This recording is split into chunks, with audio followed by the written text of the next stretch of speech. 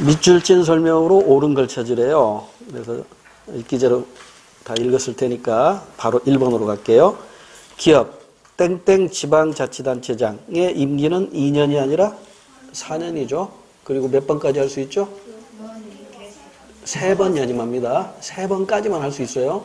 이런 것들도 시험 문제에서 언급될 수 있단 말이에요. 그 다음에 니은 대법원의 수장, 그러니까 대법원장이죠. 대법원장은 국회의 동의를 얻어서 대통령이 임명하는 것이지 선거로 선출하는 게 아닙니다. 선거로 선출하는 것은 대통령하고 국회의원이나 지방자치단체장, 그 다음에 지방의회 의원들이 있겠죠. 여기서 하나 더 짚고 넘어가면 우리나라 선거 중에서 요거 하나만 중선거구제고, 즉 소수대표제가 적용되고 나머지는 전부 소선거구제와 연결되면서 다수대표제죠. 요거 하나가 뭐였더라? 지방의회 의원선거, 기초의회 의원선거만 중선거구제입니다. 2사람 뽑아요. 그러니까 소수대표제와 연결이 된다. 이것도 올라가주시고. 자, 1번은 틀렸고요. 2번. 1심 판결에 불복하는 경우 디귿이 뭐냐면 항소할 수 있다. 맞죠? 예. 판결에 불복할 때 1심에 불복하면 항소, 2심에 불복하면 상고라고 합니다. 판결이 아니라 법원의 결정이나 명령, 이를테면 가처분 명령이나 또는 가압류 명령, 이런 명령이나 결정에 대해서 불복할 때는 1심에 불복하면 항고, 2심에 불복하면 재항고, 이걸 통틀어서 묶어서 상소제도라고 표현하고 4급 3심제라고도 합니다. 그러나 이게 원칙이라면 예외도 있죠. 예외. 2심제 뭐가 있더라? 특허소송. 또 선거재판. 선거재판인데 2심제는 기초의회하고 기초자치단체장이 여기 해당이 돼요. 그런가 하면 단심으로 끝나는 게 대통령하고 국회의원의 선거재판, 그 다음에 비상계엄하의 군사재판, 이게 단심으로 끝나는 것이죠. 이런 것들도 알아두셔야 됩니다. 자, 그래서 정답은 일단 2번으로 나왔고요. 3, 4번은 공부거리로 확인합니다. 리을은 고등법원은 법률이 헌법에 위배되는지 여부에 대한 심판권을 갖는다. 땡. 위헌법률 심판권은 헌법재판소에 있습니다. 우리나라는 미국과 다르게 사법기관이 둘이라고 그랬죠. 하나가 법원이고 하나가 헌법재판소입니다. 그래서 헌법재판소는 헌법과 관련된 소송을 담당하는데 5가지 권한이 있었다는 거 기억하시죠? 나중에 문제 풀 때 다시 한번 소개해 드릴게요. 그 다음에 4번. 이 사건에서 땡땡 지방자치단체장이 미음, 원고에 해당하는 게 아니라 이 기자로 읽어보셨겠지만 피고잖아요. 피고. 그래서 2번만 맞는 것으로 정답입니다. 그 다음에 2번 문제. 어떤 기업이 컴퓨터용 책상 A를 출시한 후 다음과 같은 현상이 나타났다. 이에 대한 타당한 분석은,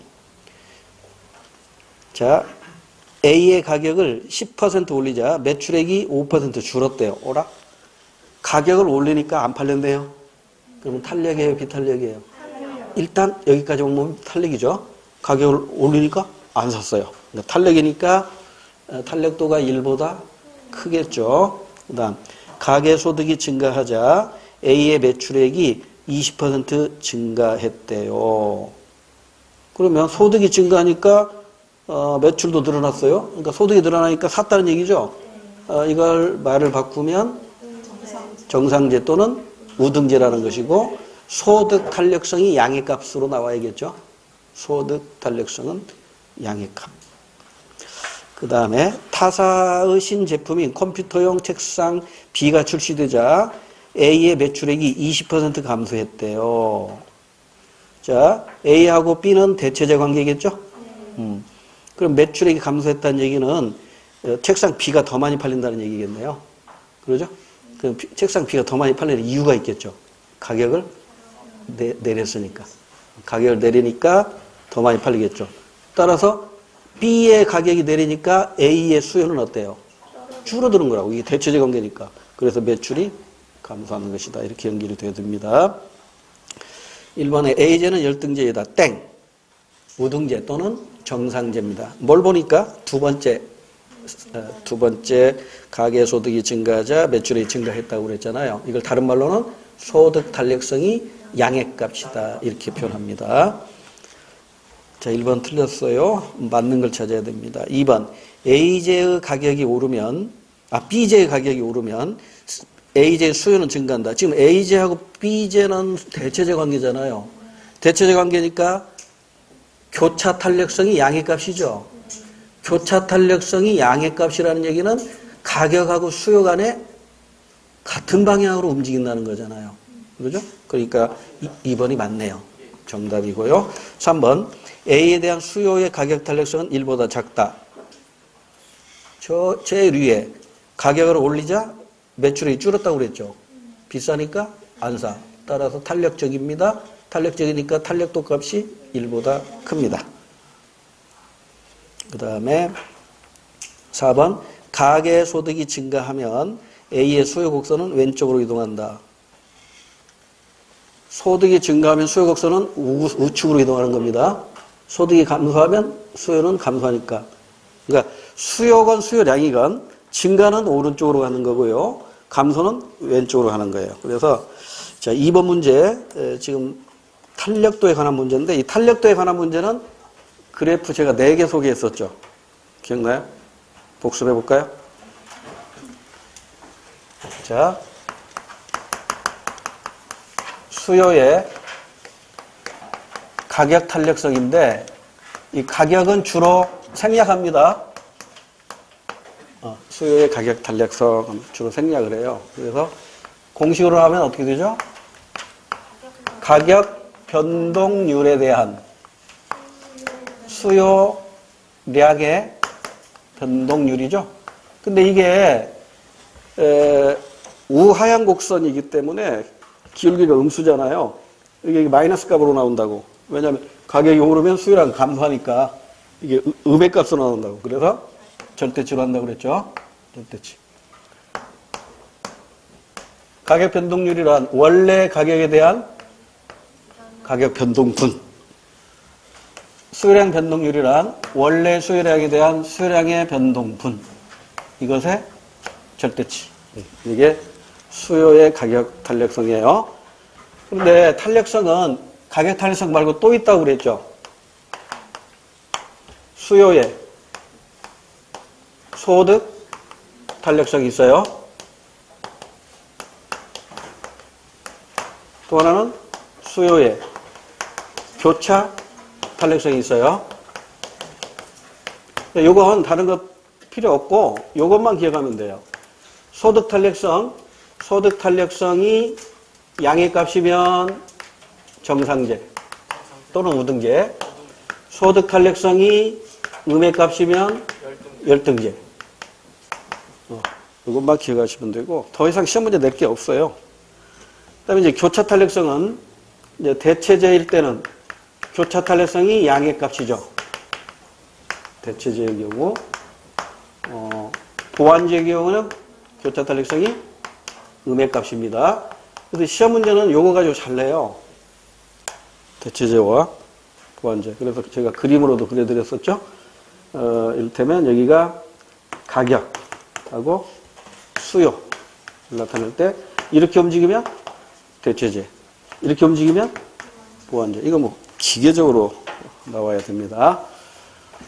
그래서 이제 이 탄력도 값을 계산했을 때 탄력도 값이 0일 때가 있고 탄력도 값이 무한대가 있을 수 있고 탄력도 값이 1이거나 1보다 크거나 1보다 작은 경우가 있었는데 예전에는 주로 시험이 여기에서 출제가 됐었다고요.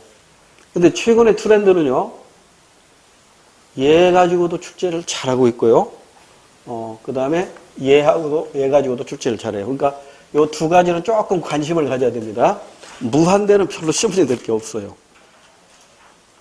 자, 이게 뭐죠? 이거? 자, 1보다 큰 게 탄력. 1보다 작은, 이게 1보다 큰 거죠. 1보다 큰 게 탄력이고, 1보다 작으면 비탄력이고, 1이면 단위 탄력이고, 이건 완전 탄력, 이건 완전 비탄력. 이렇게 되죠? 완전 탄력, 완전 비탄력. 그래서 이걸 이제 그림으로 그릴 때 수요 곡선이니까 가격하고 수요량이 나오면요. 이 그림을 먼저 그려놔야겠죠. 이렇게. 근데 이건 지금 수요 법칙이 적용돼요? 안 돼요? 이거 안 되는 거라고. 수요 법칙이 적용이 안 되는 수요 곡선이에요. 그러니까 이건 가격이 고정된 거죠. 가격을 고정시키고 이 가격에서는 나 얼마든지 소비하겠다는 거니까 이거 무한대란 말이에요. 근데 이건 뭐예요? 수량을 고정시킨 거라고. 수량. 수량을 고정시킨 것은 탄력도가 0이잖아요. 0. 그래서 이 수량을 고정시킨 것이 탄력도가 0이에요. 완전 비탄력이에요. 그래서 제가 사례를 들어줬었어요. 이거 기억하면 문제 풀 때 유리해요. 주유소에서 기름을 넣을 때 이거 뭐예요? 만땅 이거잖아요. 수량을 고정시켜버린 거라고. 만땅! 이렇게. 이거 만땅. 이런 말 기억나무라고 이렇게 얘기하는 거예요. 예전에 학력고사 시절에 주관식 시험 문제가 있었거든요. 이제 수업 시간에 이런 얘기를 했어요. 계층하고 계급을 구분하는데 계층은 부, 권력, 위신 가지고 구분하지만 계급은 뭐 가지고 하죠? 경제적인 부와 정치적인 권력 가지고 한다고 그랬잖아요. 근데 이걸 수업 시간에 제가 돈, 이거 백 이렇게 써줬다고. 돈 있고 빽이 써야 된다. 자, 돈, 뭐야? 돈, 부, 빽, 권력, 이거야. 근데 이게 주관식으로 시험문제 나왔어요. 계급을 구분하는 기준 2개를 쓰시오. 하나 1점씩이야. 어떤 새끼가 와가지고, 선생님, 그때 선생님 얘기한 거 맞았어요. 뭔데? 계급의 구분 기준이요? 뭐라고 썼는데, 도라고 빽이잖아요. 돌아버리겠더라고. 도라고 빽이라고 쓴 거야, 이 새끼가. 이걸 써야지, 부하고 권력을 써야지. 자, 이거 주관식 안 나오니까 우리 시험은. 자, 만땅, 이거 뭐다? 수량 고정입니다. 수량 고정. 수량을 고정시키면 탄력도가 얼마다? 0이에요. 탄력도 0. 이건 뭐였더라? 단위 탄력이죠. 단위 탄력은 뭐가 고정된 거죠? 가계의 지출액이 고정된 거죠? 가계의 지출액이 고정되니까. 그러니까 단위 탄력적일 때는 주머니에서 나가는 돈이 딱 정해져 있는 거잖아요. 지출액이 고정된 거잖아요. 그러니까 제가 기름을 넣을 때 7만 원어치만 넣으세요. 7만 원 이렇게 고정시킨 거잖아요. 그러니까 지출액이 고정된 거. 이건 이제 기업의 입장에서는 판매액이 고정된 거잖아요. 그러니까 요게 시험 문제 자주 나온단 말이에요. 탄력도에서는. 또 이 얘기하면 또 짜증내겠는데 너무나 많이 틀려서 제가 계속 얘기하는 거예요. 회사원 A씨 일정한 소득의 10%를 화장품에 구입해요. 화장품 구입에 사용해요. 화장품 가격이 15% 상승했어요. 그러면 A씨의 화장품 소비량은 몇 퍼센트 증가해 감소해요? 감소하는가? 빈칸에 들어갈 숫자는 해요. 1, 2, 3, 4 이렇게 객관식 넣었다. 바로 나와야죠. 몇 퍼센트? 네, 15. 바로 나와야죠. 회사원 A씨 일정한 소득의 10%를 화장품 구입한다는 얘기는 뭐가 고정되어 있다는 거예요? 소비 지출액이 고정되어 있다는 거잖아요. 기업의 입장에서 보면 판매액이 고정된 거죠. 판매액이 고정되면 탄력도는 얼마예요? 탄력도가 1이라고. 탄력도 1이니까 가격이나 소유량이나 똑같이 변한다는 얘기야. 가격이 10% 변하면 소유량이 10%. 가격이 15% 변하면 소유량도 15%. 다만 방향만 다르겠죠. 비싸면 안 사니까 상승하면 감소하겠지. 15. 바로 나와야 돼요. 기출문제잖아요. 많이 틀렸다고. 자, 그 다음에 이제 수요곡선 45도 탄력도 1. 급할수록 1보다 작고 완만할수록 1보다 크고. 이게 이제 기본적인 수요곡선 가지고 출제하는 건데 요즘 이거 잘 안 내잖아요. 자꾸 트렌드가 바뀐다고. 그럼 어떻게 출제가 되느냐?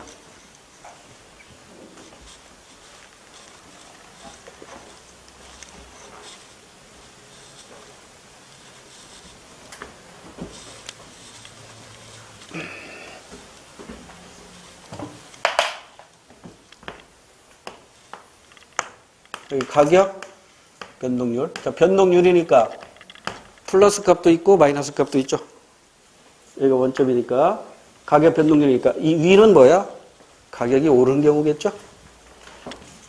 위 영역은 가격이 오르는 경우, 아래 영역은 가격이 내리는 경우죠. 그 다음에 이제 수요량.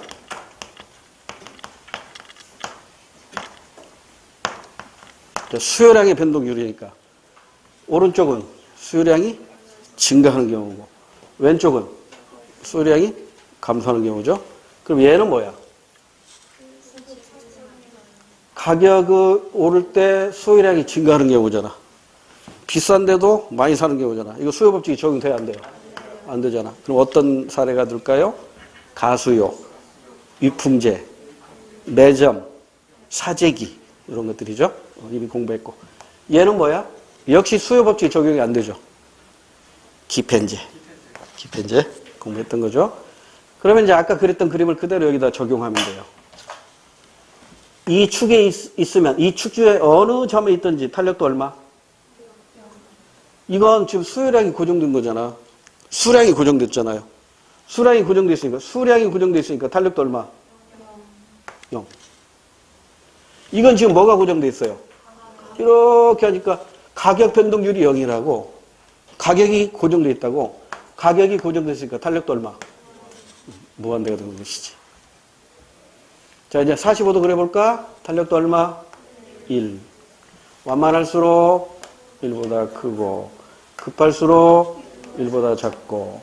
그래서 우리 시험은요, 이 중에 4개를 다 가지고 내면 좀 어려울 수도 있으니까, 우리 시험은 아마 한쪽 없을 거야. 그래서 이쪽을 없애고, 다음은 그림에 대한 설명으로 잘못된 걸 골라라, 맞는 걸 골라라, 이런 식으로 출제할 수 있다고. 그러니까 이쪽은 수요법칙 적용 안 돼. 이쪽은 수요법칙이 적용돼. 그런데 이제 이 기울기 가지고 따지는 거야. 무한대, 제로, 1, 크고, 작고. 기계적으로 나와야 돼요. 됐죠? 집에서 자꾸 해봐야 돼. 한 번 한 사람하고 두 번 한 사람하고 틀려요. 두 번 한 사람하고 세 번 한 사람하고 또 틀려요. 자꾸 해야 돼. 자꾸. 그 다음 이번에는 가격 변동률과 기업의 판매액. 그러니까 기업의 판매액이면 가계로 말하면 지출액의 변동률입니다. 여기 원점이야. 그러면 먼저 이 판매액 변동률 축에 있는 것은 전부 뭐가 고정되어 있는 거예요? 가격 변동률이 0이니까 가격이 고정되어 있죠? 자, 가격이 고정되어 있으면 탄력도 얼마라고 그랬어? 이건 무한대잖아. 그런데 이제 여기서 조심해야 되죠? 여기에 있는 축은 전부 판매액 변동률이 0이죠? 판매액 변동률이 0이니까 뭐가 고정된 거죠? 소비 지출액이 고정된 거지. 소비액이 고정된 거지. 소비액이 고정됐으면 탄력도 얼마? 1이잖아. 탄력도 1이야. 그럼 이쪽은 뭐야? 가격이 오를 때 판매액도 늘어나네. 비싼데도 사가네. 탄력. 이쪽 가격이 내렸는데 판매액도 줄어드네. 그냥 비싼 대로 수량은 별로 안 싼 대로 사고 비싼 대로 사는 거예요. 비탄. 여기는 뭐예요? 탄력. 기계적으로 나와야 된다고 그랬어요. 여러 번 공부했어. 그럼 하나 빠진 게 있네. 0이 빠졌잖아. 0은 어떻게 되지? 이 비탄력적인 구간을 관통해야 된다고 그랬죠? 관통하면 이게 탄력도 0이야. 탄력도 0이라는 것은 뭐가 고정되어 있다고 그랬죠? 수량이 고정되어 있잖아. 수량이 고정되어 있으니까 이거잖아요. 수량이 고정되어 있으니까 가격이 오른 만큼 비례적으로 판매액이 증가하는 거잖아. 비례적으로 판매액이 증가하는 거죠. 그죠? 이 45도선은 탄력도가 얼마? 0. 완전 비탄력. 이게 머릿속에 콱 박혀 있어야 돼요. 그러면 탄력성과 관계되는 시험 문제는 다 풀 수 있어요. 탄력도는 시험 문제 나온다. 이렇게 생각하시고. 그 다음에 이제 수요하고 수요량. 설명 안 해도 될 텐데. 이거 모르는 분은 없을 것 같은데.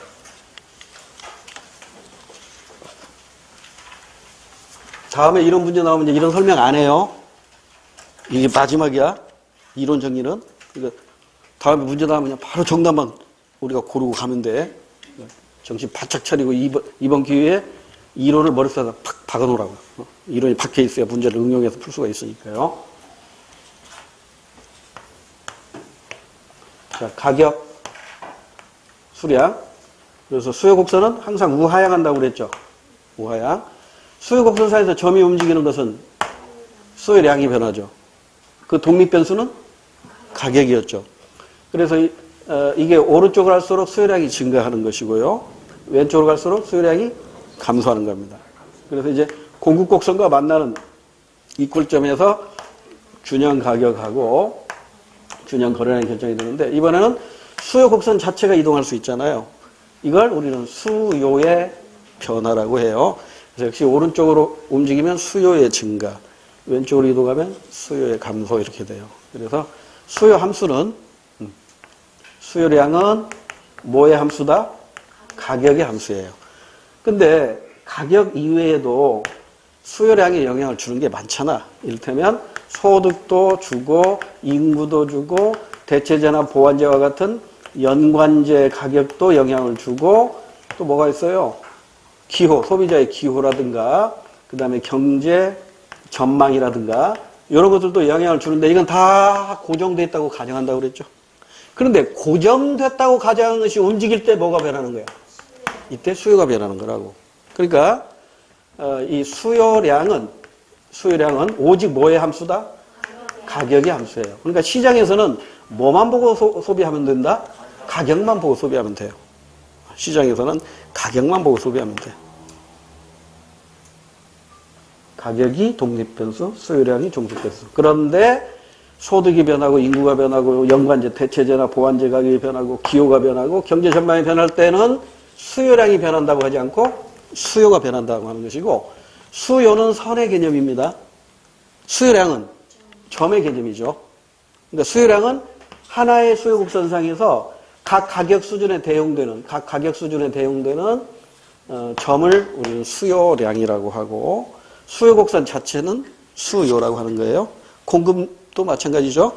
공급량은 가격을 독립변수로 합니다.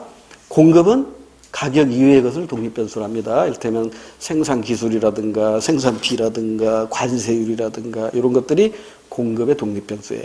그래서 공급량은 점의 개념이고 공급은 선의 개념이다. 이렇게 이해하시면 됩니다.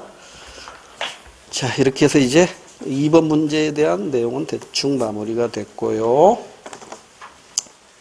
3번 밑줄 친 시소게이머 사례로 옳지 않은 것. 환율이 1달러당 1,000원에서 1,200원으로 상승했대요. 환율이 상승한 거네요. 환율 인상이라고도 하고 환율 상승이라고도 합니다. 원화의 평가절하되었다고 말한다. 이 경우 환율과 원화의 가치는 일종의 시소게임이다. 이게 무슨 말이에요? 하나가 오르면 하나는 내려간다 이런 얘기죠. 이걸 다른 말로는 상충관계다 이렇게도 얘기해요. 그러니까 환율은 외화의 가격이잖아요. 그러니까 외화의 가격이 오르면 우리나라 원화 가치는 하락하는 거잖아요. 그죠? 이게 시소. 서로 반대로 움직여. 그러니까 아까 시소도 여기도 시소가 해당되는 게 뭐야? 보완재는 가격과 수요 간의 시소 게임이네. 서로 반대로 움직이잖아요. 그러죠? 보완재 가격이 오르면 원재화의 수요가 감소하잖아. 이렇게 반대로 움직이는. 물가가 오르면 통화량, 물가가 오르면 화폐 가치 하락하잖아요. 이것도 시소 관계잖아요. 그래서 이 문제에서는 이런 시소 게임의 사례로 옳지 않은 걸 찾으래요. 1번 소득과 누진세율과의 관계. 이건 시소 게임이 아니라 같이 움직이는 거잖아요. 소득이 늘어날 때 세율이 높아지는 게 누진세율이라고. 그럼 어떻게 하면 될까? 소득과 역진세 이렇게 하면 되겠네. 소득과 역진세율은 반대로 움직이죠. 소득이 많으니까 세금 조금만 내라 이것이 역진세율이잖아요. 그럼 나머지는 이제 공부거리로 확인합니다. 통화량과 이자율 관계 서로 반대로 움직이죠. 통화량이 많을수록 돈의 가치, 이자율은 하락합니다. 경제 성장률과 실업률과 관계. 경제가 성장할수록 고용이 높아지죠. 고용이 높아지니까 실업률은 낮아집니다. 그 다음에 소득 증가와 엔겔계수. 어라? 처음 듣는 용어인가요? 엔겔계수? 얘기했죠. 소득 중에서 음식물비가 차지하는 비중이에요. 그래서 하루 벌어 하루 먹고 사는 사람은 엔겔계수가 100입니다. 그러니까 엔겔계수는요. 작을수록 삶의 질이 높은 거야. 이걸 엔겔 법칙이라고 해. 이해됐죠? 총 생계비 중에서 음식물비가 차지하는 비율, 이걸 엔겔계수라고 해요. 엔겔계수는 작으면 작을수록 삶의 질이 높은 거야. 따라서 소득 증가할 때 엔겔계수는 작아집니다. 엔겔계수와 비슷한 개념으로 슈바베 계수라는 것도 있다고 공부했었죠. 슈바베 계수, 우리나라는 사실 엔겔계수보다는 슈바베 계수가 더 정확해요. 슈바베 계수는 뭐냐면 총 생계비 중에서 주거비가 차지하는 비중이 슈바베 계수예요. 우리나라는 지금 주거비 비중이 엄청 크잖아요. 주거비 비중이 크면 클수록 이거 삶의 질이 떨어지는 거라고. 그렇게 이해하시고 하나 더 짚고 넘어가 볼까요? 환율하고 외화표시 GDP는 어떤 관계 있나요? 이것도 시속 게임이죠. 환율하고 외화표시 GDP. 아, 이거 공부했는데 기억이 안 나는가 보네.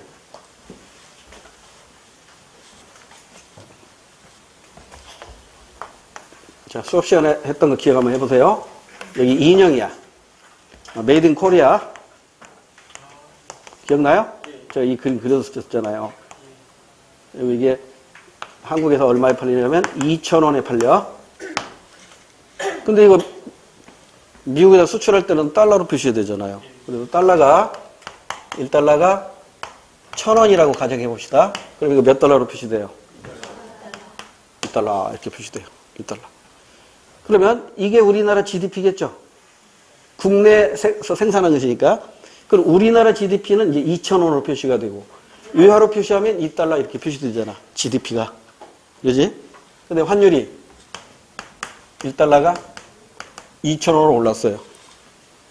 2,000원 그대로죠. 원화 표시 GDP는 그대로잖아. 근데 달러로 표시하니까 어떻게 되지? 이게 2,000원이니까 1달러가 2,000원이니까 이거 몇 달러로 표시돼? 1달러 표시되잖아.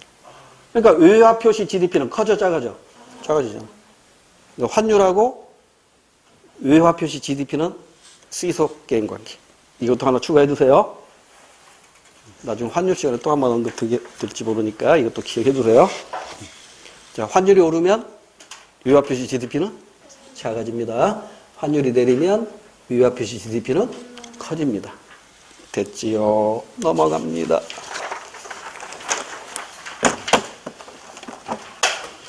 4번. 밑줄 친 주장의 근거가 되는 국내 총생산의 한계로 옳지 않은 거, GDP의 한계를 묻고 있네요. 이 GDP 계산의 문제점 우리 공부한 바가 있어요.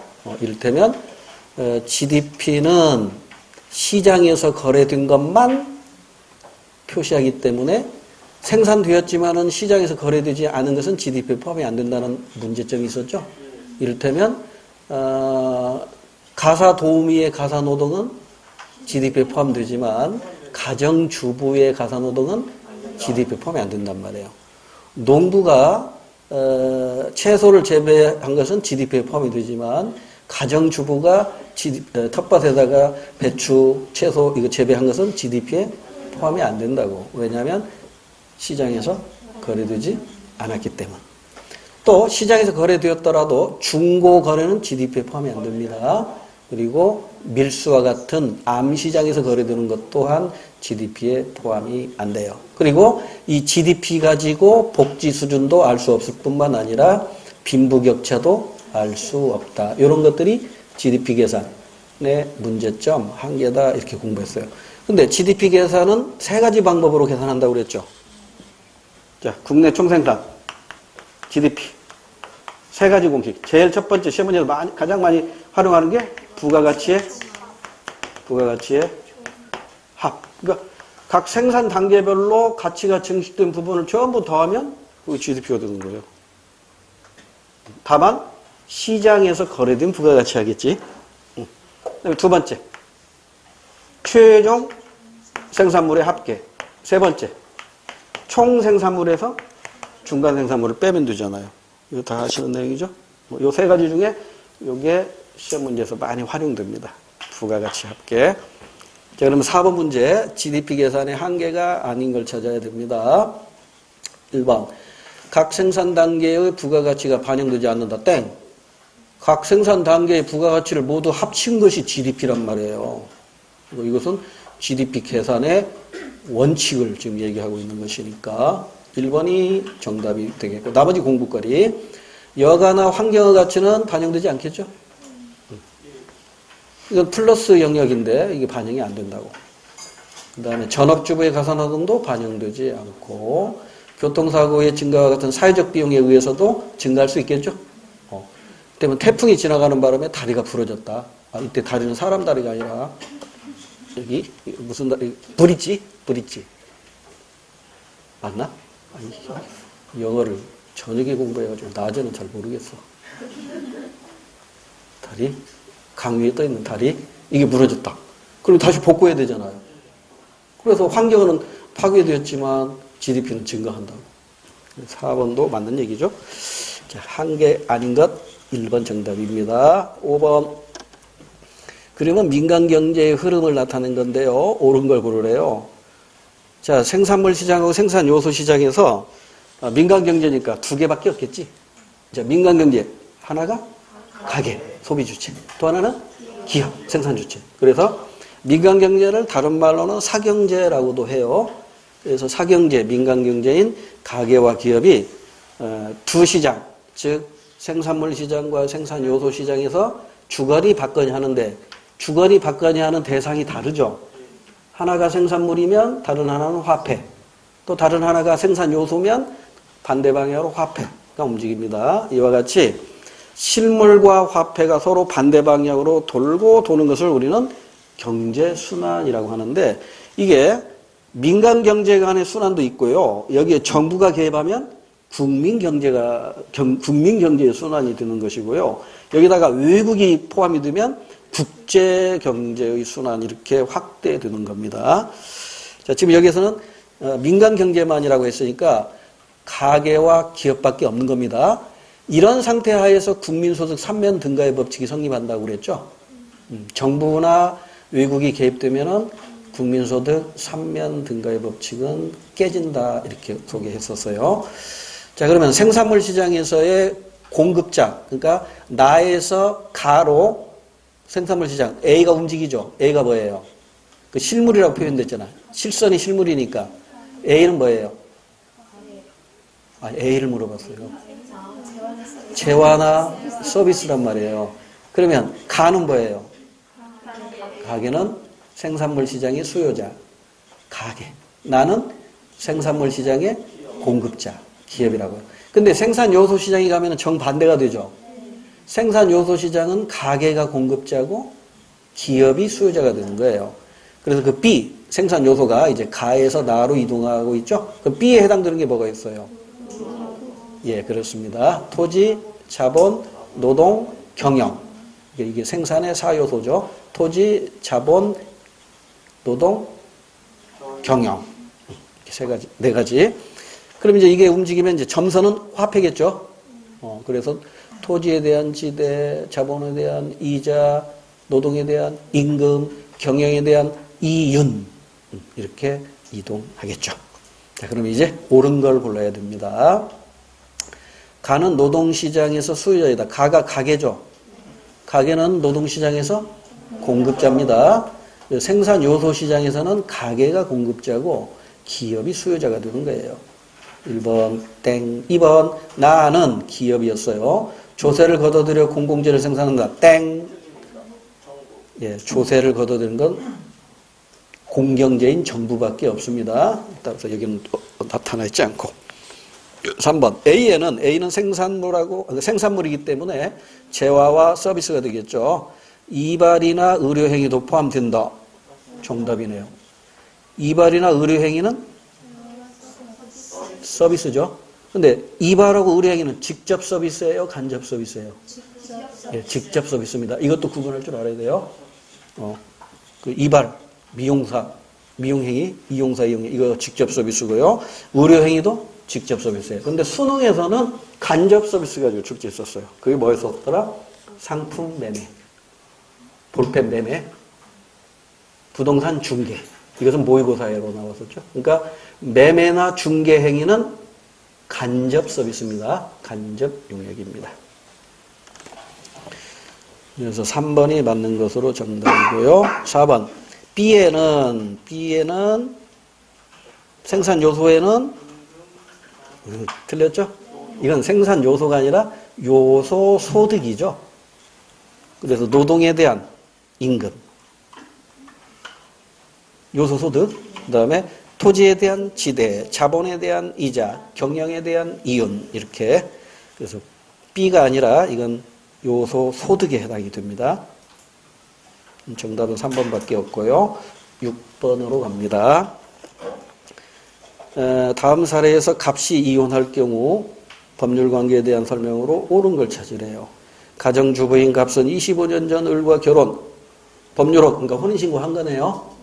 혼인신고 안 하면 사실혼관계인데, 대학 3학년인 아들 22살이니까 성인이고요. 고등학교 3학년인 딸 18세니까 미성년자 자녀가 있네요. 두고 있다. 무일푼으로 출발하였지만 지금껏 알뜰살뜰 저축하여 10억 원 상당의 건물도 소유하게 됐다. 오, 부동산 투기했나? 엄청 많이 벌었네요. 그런데 최근에 을의 부정, 바람핀 거죠. 행위로 값은 을과 이혼하고 자녀들은 자신이 키우기로 하였다. 했는데 지금 재판했다는 얘기는 안 나오고 있죠. 이 경우에는 협의이혼도 가능한데 협의이혼 못하면, 그러니까 을이 너하고 이혼 못해 하고 뻗으면 어떻게 돼요? 재판상 이혼을 가야겠죠.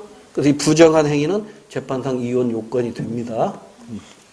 그런데 자신이 키우기로 했다 했으니까 협의이혼한 것 같기도 하고, 하여튼 좀 더 보자고요. 옳은 거 골라야 돼요. 1번. 값은 협의상 이혼을 할 수 있다. 정답이네요. 협의이혼할 수도 있고, 협의이혼 안 되면 재판상 이혼으로 가면 됩니다.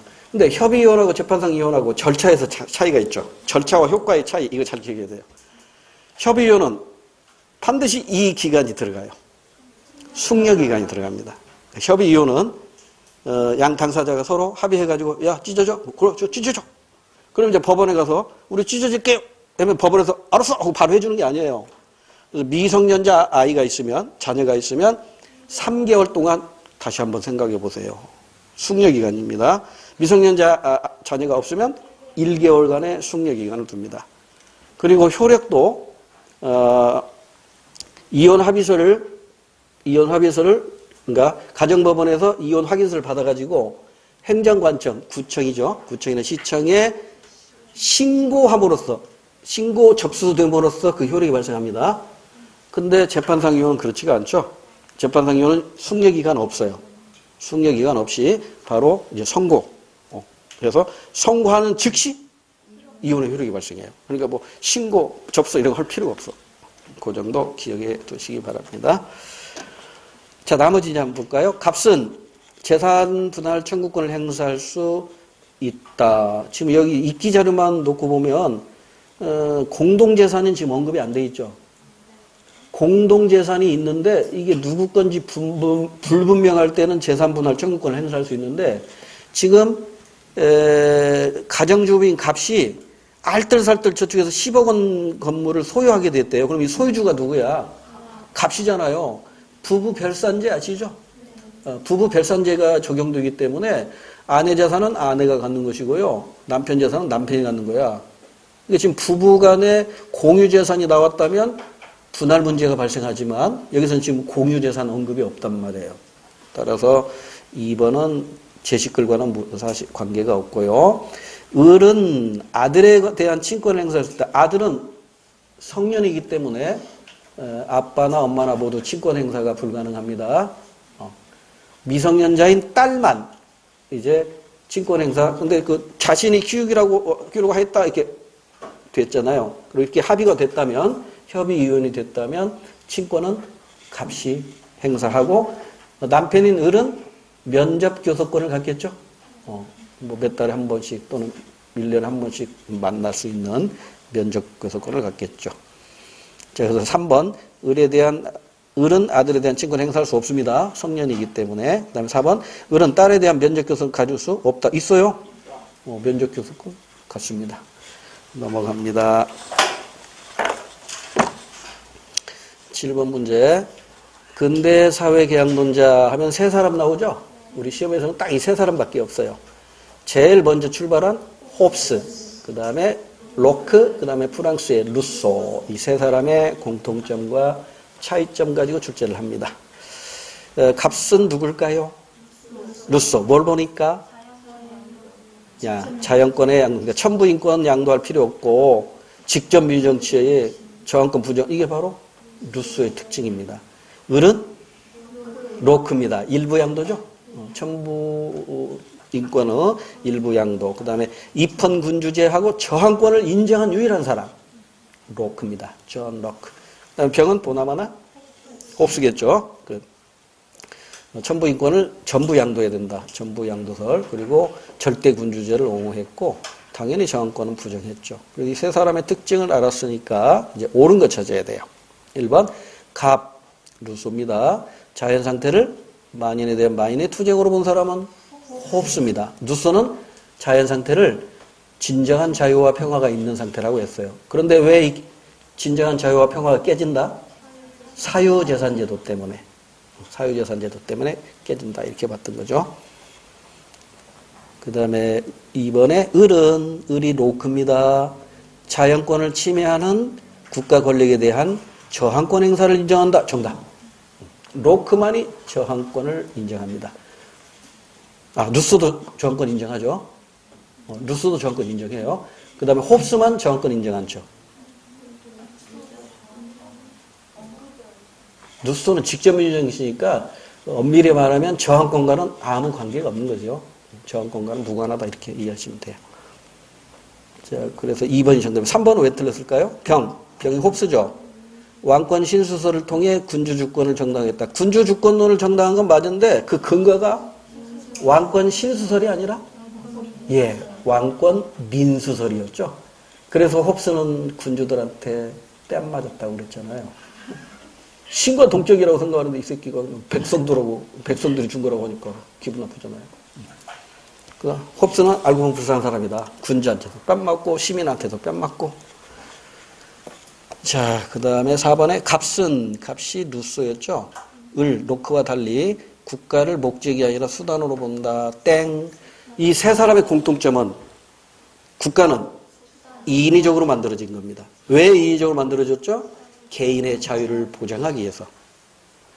이와 대립되는 국가론이 자연 발생설이었죠. 아리스토텔레스. 인간은 사회적 존재이기 때문에 자연스럽게 국가가 발생하는 것이다. 이에 대해서 웃기는 얘기 봐. 자연 발생적으로 국가가 만들어진 게 아니라 개인의 천부인권을 보장받기 위해서 인간이 인위적으로 만든 게 국가야. 이게 사회계약설이잖아요. 그래서 사회계약설의 공통점은 국가가 목적이다, 개인이 목적이다. 개인이 목적이에요. 개인의 자유를 위해서 국가가 존재하는 거예요. 그러니까 국가는 수단이고 개인이 목적인 게 바로 사회계약론이다. 이렇게 이해하시면 됩니다. 자, 8번 나왔네요. 이런 계층구조와 관련된 시험 문제 나오면 이 도구를 항상 머릿속에다 그리고 문제 풀어야 된다고 그랬어요. 빈 공간에다가 그려놓고 풀어봐야 돼요.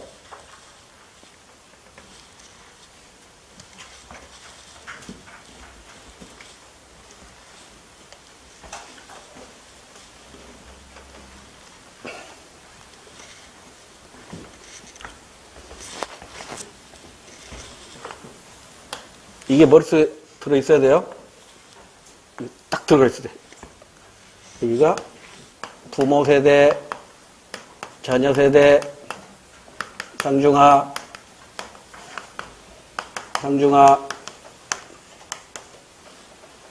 그 다음에 여기 이제 개가 나오겠죠. 합계. 이 합계에서 포인트는 뭐다? 중산층. 이 중산층이 많을수록 사회가 안정되고 양극화가 완화되고 사회 보장이 잘 된 나라다 이렇게 생각할 수 있어요. 그럼 이제 여기는 뭐예요? 상중하가 부모와 자녀 세대가 같아요. 이걸 우리는 계층 세습. 대물림이라고 하는 거죠. 대물림. 그러니까 이 비율을 다 합치면 100인데 100 중에 이게 전부 합친 것이 100인데 100 중에 이것이 이를테면 60%다. 그러면 계층 세습이 60%니까 사회 이동은 40%겠죠. 근데 사회 이동 중에 상승 이동과 하강 이동으로 나눠지잖아요. 그럼 이 대각선 위에 있는 게 상승 이동이라고 그랬죠? 이게 상승 이동이고 아래에 있는 게 하강 이동이라고 그랬잖아요. 그래서 이걸 합치면 이게 하강 이동 총계가 나오는 거고 이걸 합치면 상승 이동 총계가 나오는 거야. 항상 조심해야 할 건 여기가 부모, 여기가 자녀예요. 좀 삐딱한 출제이 들어가면요. 요거 싹 바꿔놔버립니다. 네? 이게 부모고 이게 자녀가 돼. 그럼 이건 똑같지만 이건 하강 이동이 되고 이게 상승 이동이 돼버린다고. 이해되죠? 그렇게 장난칠 치는 그 출제원이 있다고. 왜냐면 거의 90%는 부모, 자녀 이렇게 주거든요. 근데 이제 10% 삐딱한 출제원은 이거 획 바꿔놔버린다고. 함정에 빠지지 마세요. 자, 그럼 이제 보세요. 부모 세대 상위 20, 부모 세대 상위 여기다 써야겠네. 상위 20, 30, 50, 30, 50이니까 이거 뭐야? 피라미드형이네. 20, 30, 50이잖아. 피라미드. 아들을 보니까 자녀 세대는 20, 50, 30이야. 20, 50, 30이야. 다이아몬드형이네. 그러니까 포인트는 뭐다? 중산층을 보란 말이야. 중산층. 어디가 높아요? 아들이 높잖아. 그러니까 아들 세대가 더 사회가 안정적이고 양극화가 완화되고 빈부격차도 완화됐다. 이렇게 얘기할 수 있어요. 그런데 지금 다른 자료는 없고 계층 비율의 일치 비율이 나왔는데 자녀 세대에서 지금 계층 비율 일치가 나왔죠? 자, 그럼 보세요. 여기 자녀 세대. 이게 자녀 세대잖아. 그럼 자녀 세대 상위 몇 %야? 50% 주니까 20의 50%는 뭐야? 이게 10%인 거야. 그 다음에 자녀 세대 중에 40%니까 50에 40%니까 4, 5, 20 여기가 20%인 거야. 그 다음에 하는 30에 60%니까 3, 6, 18이야. 이거 다 합쳐봐. 얼마 나와요? 50이 못 되네. 30, 48이네. 계층 세습이 48이라고. 그러면 사회 이동이 52라고. 근데 이 중에 상승 이동과 하강 이동은 이 자료만 가지고는 몰라요. 그러니까 문제가 더 쉬워진 거야. 문제가 더 쉬워진 거야. 자, 그러면 이제 문제로 와서 거기 스타 표시가 돼 있네요. 뭐라고 돼 있을까요? 계층 일치 비율. 자녀 세대의 각 계층에서 부모와 계층이 일치하는 사람이 차지하는 비율이다. 이렇게 됐어요. 만약에 계층 일치 비율을 부모 세대의 각 계층에서 이렇게 했다면 말이 달라지겠죠. 여기 칠판 보세요. 부모 세대로 했다면 20에 대한 50, 그러니까 10, 여기 맞고 30에 대한 50에 대한 30에 대한 40, 그럼 3, 4, 12, 여기 12가 돼야 된다고. 이해됐죠? 그러니까 자녀 세대를 기준으로 하느냐, 부모 세대를 기준으로 하느냐에 따라 달라져요. 오케이.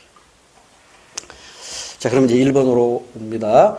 부모 세대에서는 폐쇄적 계층 구조가 나타난다. 여러분, 폐쇄적 계층, 피라미드형이라고 해서 폐쇄적 계층 구조다 이렇게 얘기하면 안 된다고 그랬죠? 이건 알 수 없는 거예요. 수직 이동이나 하강, 그러니까 상승 이동이나 하강 이동이 있으면 이건 개방적 계층 구조인 거야. 그래서 여기 지금 부모 세대 이전 세대에 대한 언급이 없기 때문에 단언하기가 어려워요.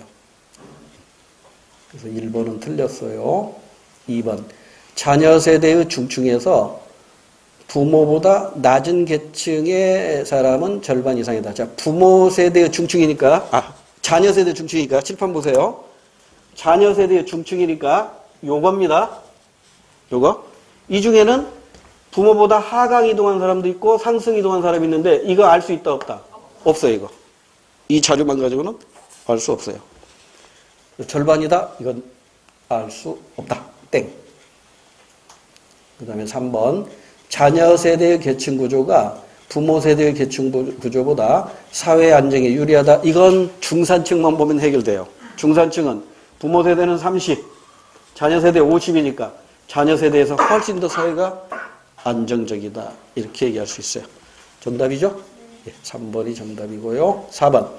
자녀 세대 계층 중 부모와 계층이 일치하는 사람이 가장 많은 계층은 하층이다.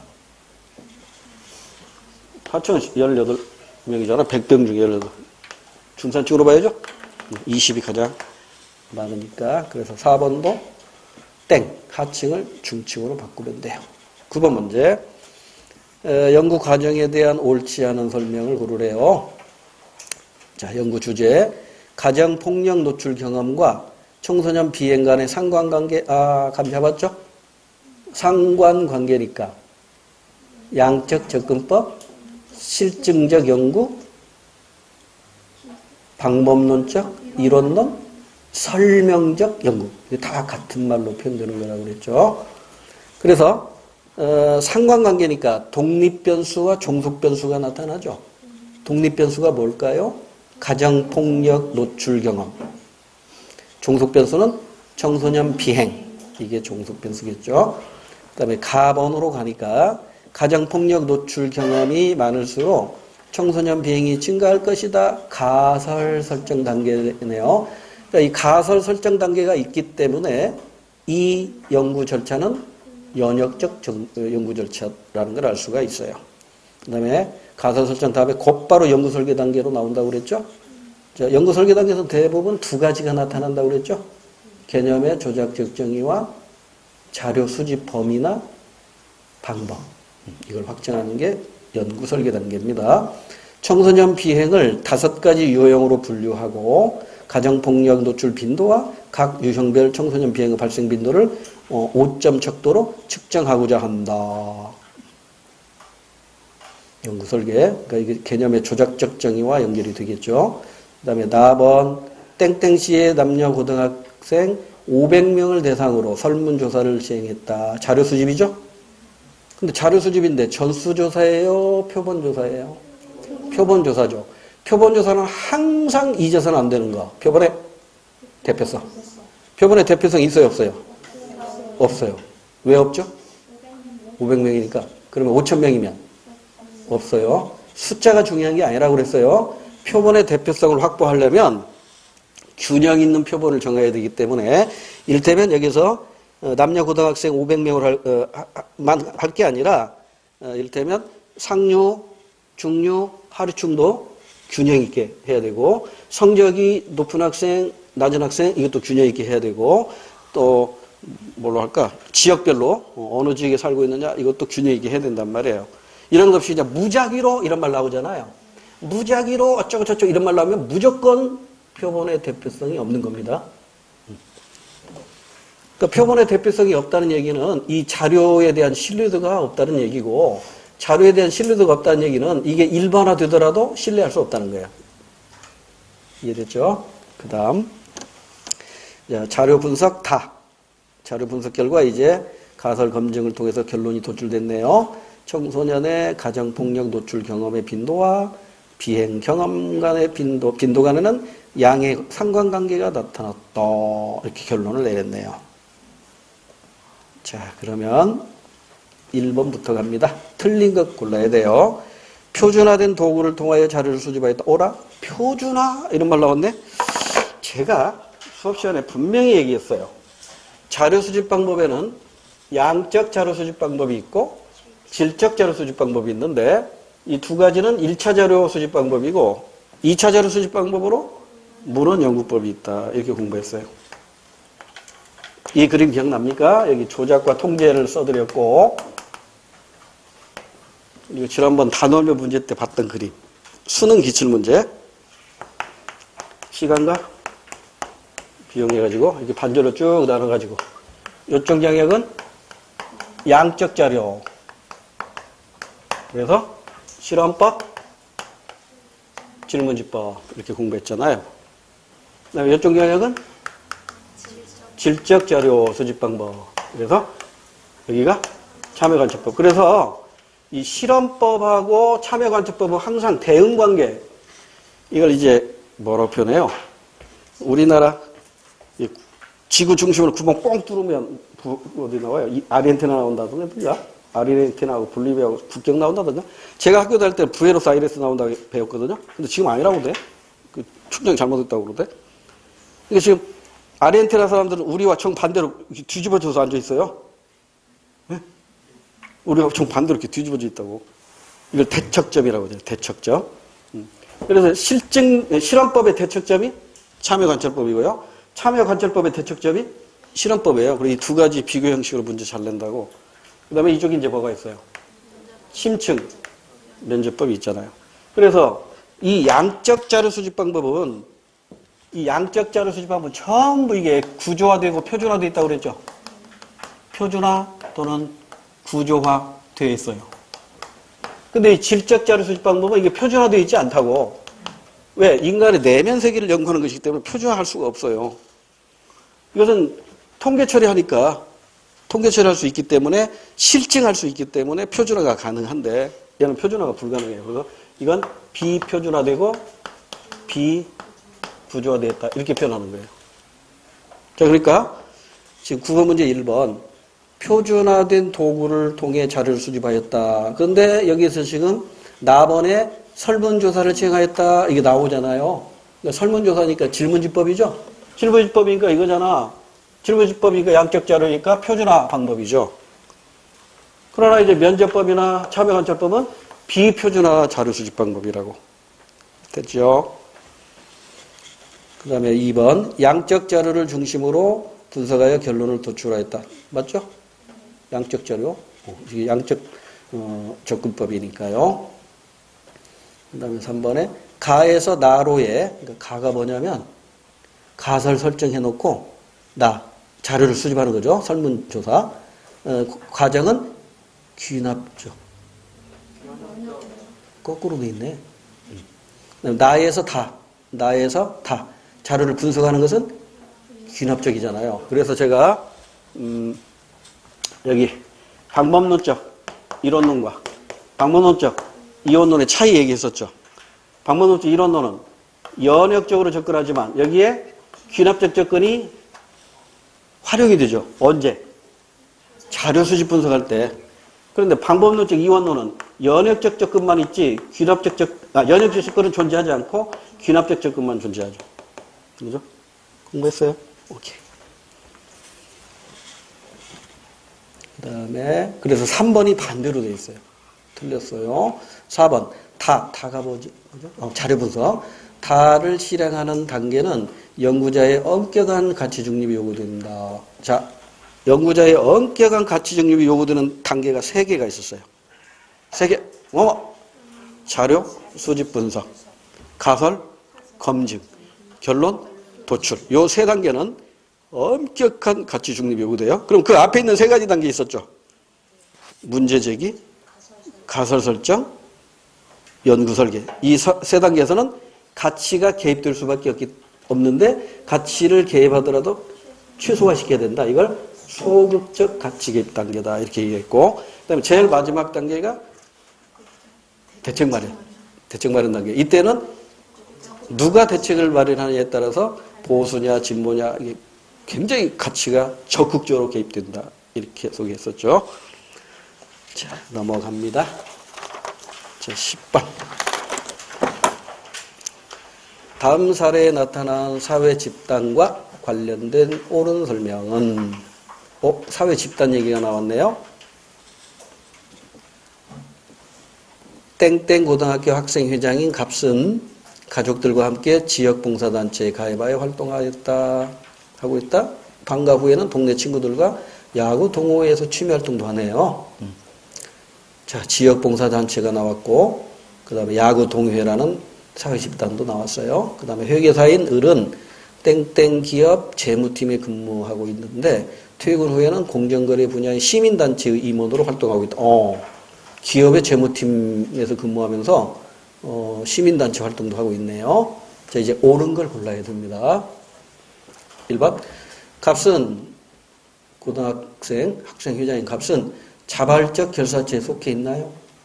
예, 지역봉사단체도 자발적 결사체고 야구 동호회도 자발적 결사체예요. 그러면 회계사 을은 자발적 결사체에 속해 있나요? 예, 시민단체. 시민단체도 자발적 결사체니까. 따라서 이건 갑이라고 해도 맞고 을이라고 해도 맞아요.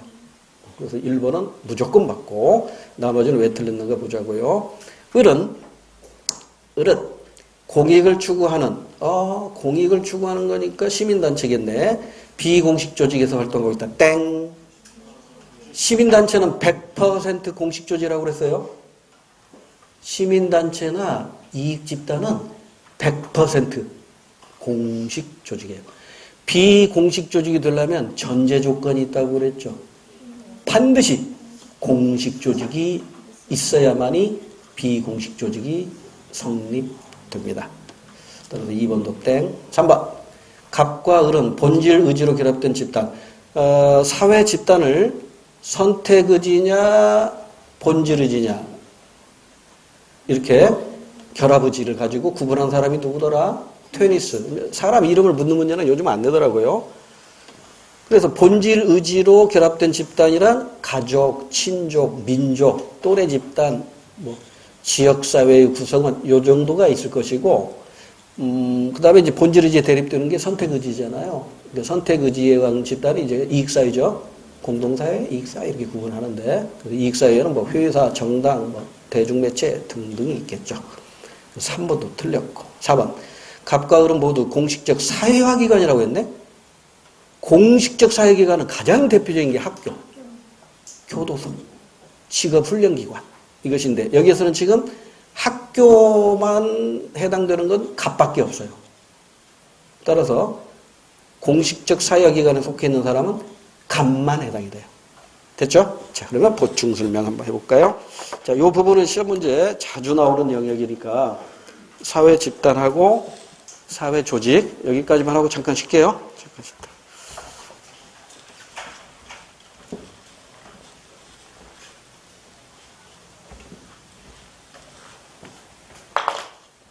자, 먼저 사회 집단에서 우리가 공부했던 거 기억나요? 성립 요건 3가지가 있었죠. 이 3가지를 모두 갖추어야 사회 집단이 됩니다. 소속감을 가지고 지속적인 상호작용을 하는 사람들의 모임입니다. 이게 사회 집단이에요.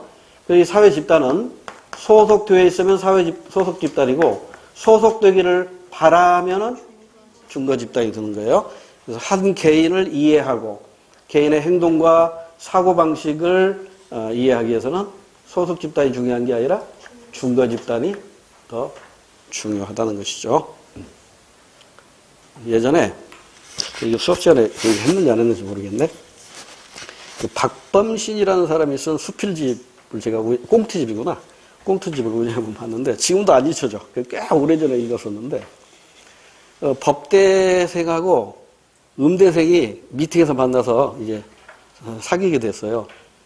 근데 이제 이 남학생이 그 여학생한테 프로포즈를 해야겠는데 용기가 안 나가지고 일단 식사를 같이 하자고 고급 레스토랑에 초대를 해가지고 식사 마치고 이제 프로포즈를 해야 되는데 프로포즈를 이렇게 했대요. 그 테이블 위에 있는 그 이쑤시개 통해서 이쑤시개를 하나 탁 뽑아 들더니 만약에 사랑을 이쑤시개라고 한다면 나는 그대에게 이쑤시개라고 강력하게 얘기하겠습니다. 이렇게 얘기한 거야. 그러니까 법대생답게 사랑 고백을 아주 논리적으로 한 것이죠. 근데 이 음대생은 그러한 프로포즈를 받기를 원치 않았던 거야. 그래서 아이고 이런 남자, 이런 딱딱한 남자하고 결혼해봤자 평생 후회겠다 해가지고 결국 둘은 헤어지게 됐어요. 그리고 세월이 흘렀어.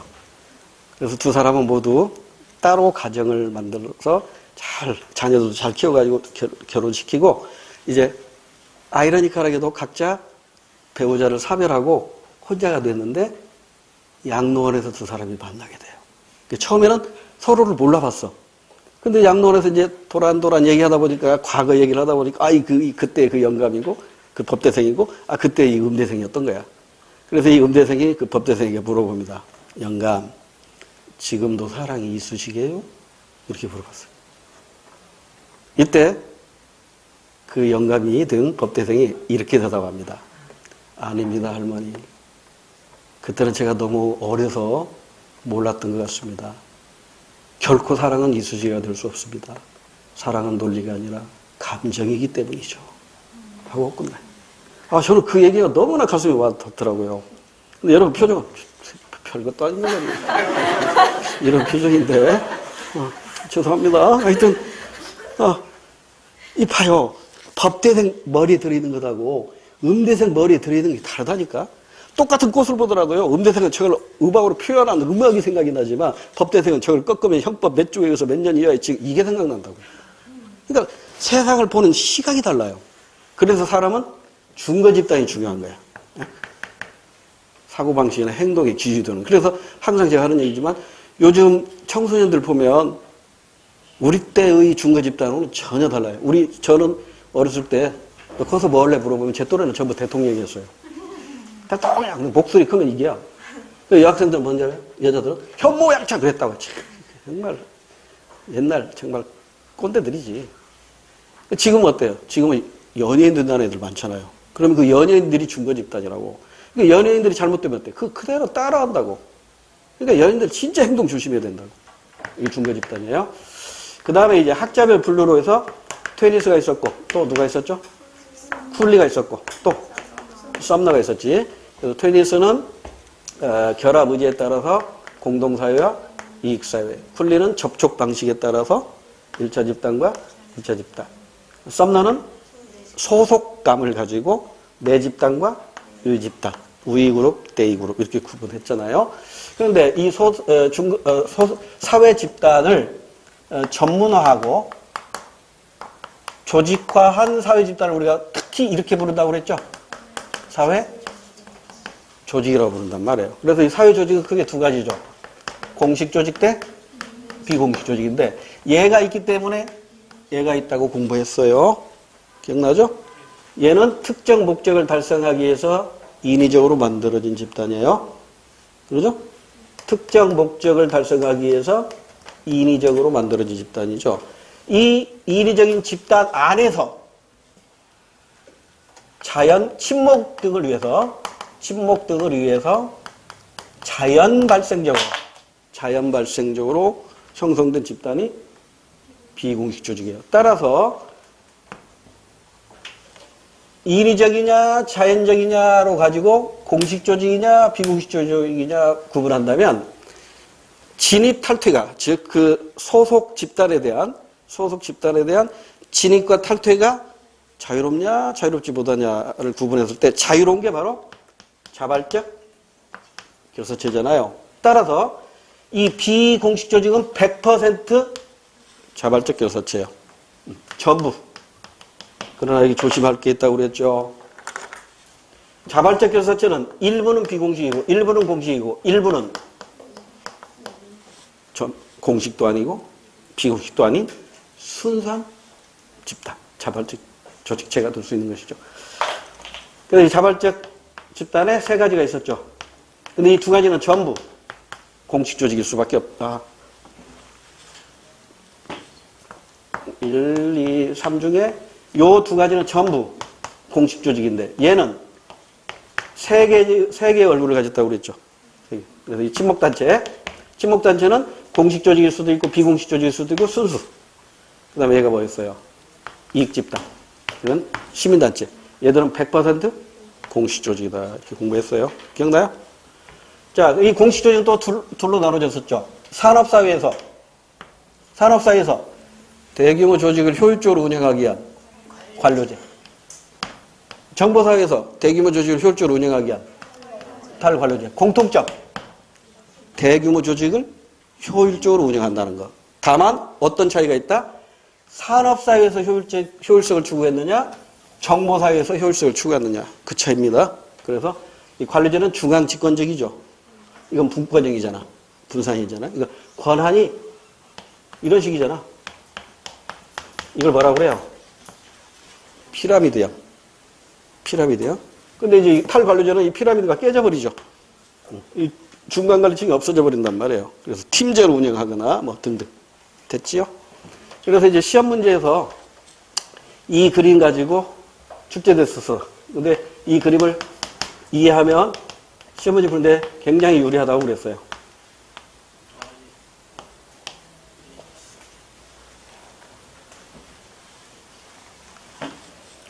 자, 사회 집단이라고 그랬어요. 사회 집단. 여기서 하나 더 짚고 놉시다. 사회 집단 중에 이 사회 조직은 100% 이익사회라는 것도 기억해 두세요. 100% 2차 집단이라고 할 수 없어요. 2차 집단의 요건이 3가지가 있는데 이거 다 충족 못 시키니까. 거기까지 몰라도 되고. 하여튼 사회 조직은 100% 이익사회입니다. 그러면 사회 집단을 이렇게 구분했어요. A, B, C, D 이렇게 구분해놓고 단서를 줬어요. 이게 기출문제입니다. 수능 기출문제. A, B, C는 사회 조직이래요. 그럼 여기서 이 말을 바꾸면 A, B, C는 이익사회래요. 그러면 D는 뭐예요? 공동사회예요. D는 공동사회겠죠? 그러면 D에 해당하는 사회집단에는 가족이나 친족을 들 수 있다. OX. 5죠? 5. 이게 시험 문제 나왔던 지문이에요. 그러면 이제 A, B, C가 사회조직이니까 이제 셋으로 구분할 줄 알아야겠죠. 무엇이 세 개의 얼굴을 가지고 있나요?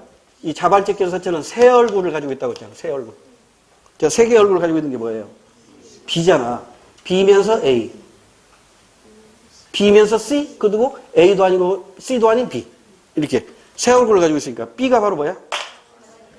B가 바로 자발적 결사체. 그러면 이 자발적 결사체 안에 있는 100% 자발적 결사체 C는 뭐야? C는 비공식조직. 그럼 A는 보나마나 공식조직이다. 이렇게 해서 문제를 풀어나가야 됩니다.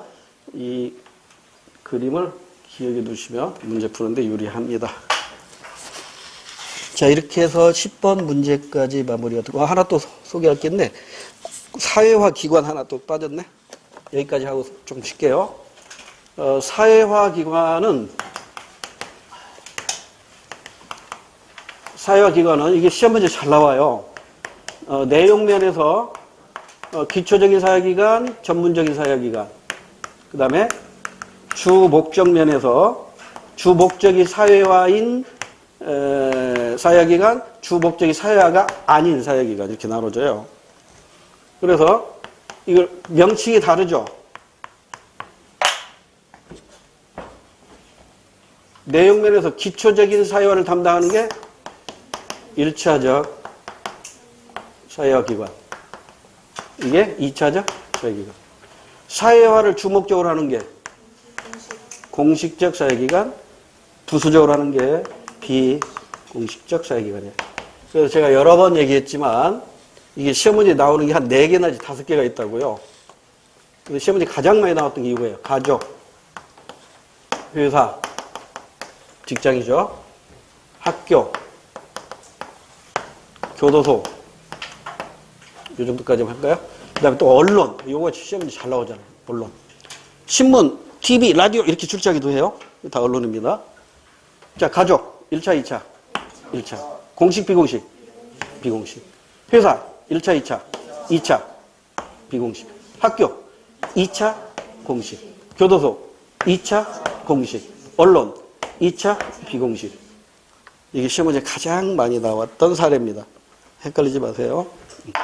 잠깐 쉬었다가 11번부터 할게요. 11번.